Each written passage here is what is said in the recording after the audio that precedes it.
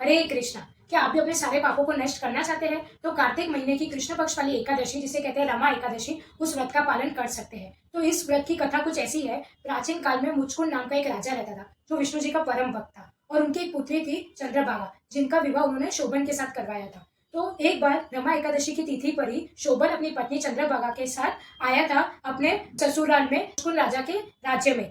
तब उन्होंने देखा कि उस राज्य में सब लोग एकादशी व्रत का पालन कर रहे हैं, क्योंकि विष्णु जी के परम भक्त थे चंद्रभागा के पिताजी। तो उन्होंने अपने राज्य में ये घोषणा की थी कि सबको एकादशी का व्रत पालन करना ही चाहिए। तो जब ये बात शोभन को पता चली तो वो थोड़े चिंतित हो गए, क्योंकि उन्होंने कभी एकादशी का व्रत नहीं रखा था, क्योंकि उनका जो शरीर था वो दुर्बल था। मैं चिंता में आ गई कि कैसे वो ये व्रत का पालन करेंगे। पर चंद्रभागा ने उनको बोला कि नहीं, इस राज्य में तो सब व्रत रखते ही है। तो उन्होंने भी निश्चय किया कि ठीक है, वो भी ये एकादशी व्रत का पालन जरूर करेंगे। पर जब वो उन्होंने एकादशी व्रत रखा तो सूर्यास्त के बाद वो थोड़े व्याकुल होने लग गए, और भूख प्यास की वजह से अंत में उन्होंने अपने प्राण त्याग दिए।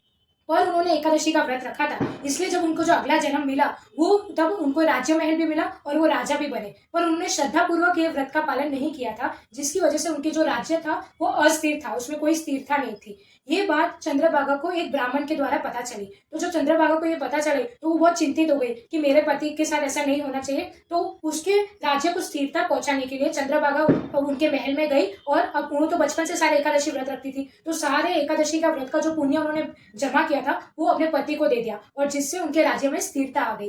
तो इस एकादशी व्रत की कथा से हम समझ सकते हैं कि हमें एकादशी व्रत रखना ही चाहिए, क्योंकि एकादशी का व्रत रखना सर्वश्रेष्ठ है। सारे तीर्थों में और सारे व्रतों में जो सर्वश्रेष्ठ है वो एकादशी का व्रत है, जो कृष्ण को अति प्रिय है। तो हमें अगर कृष्ण प्रेम चाहिए तो हमें इस व्रत का पालन जरूर करना चाहिए। और ये व्रत में करने के लिए क्या करना चाहिए? हमें अन्न नहीं लेना चाहिए इस दिन, और अधिक से अधिक नाम जप करना चाहिए। और क्या करना चाहिए? कृष्ण कृष्ण कथा, कृष्ण लीलाएं सुननी चाहिए। और फिर हमें दीपदान करना चाहिए, क्योंकि दामोदर महीना चल रहा है, तो हमें राधा कृष्ण तुलसी महारानी को दीपदान करना चाहिए। तो इस व्रत का पालन जरूर करना है, ताकि अपने सारे पाप कर्मों से आप छूट सको। हरे कृष्ण।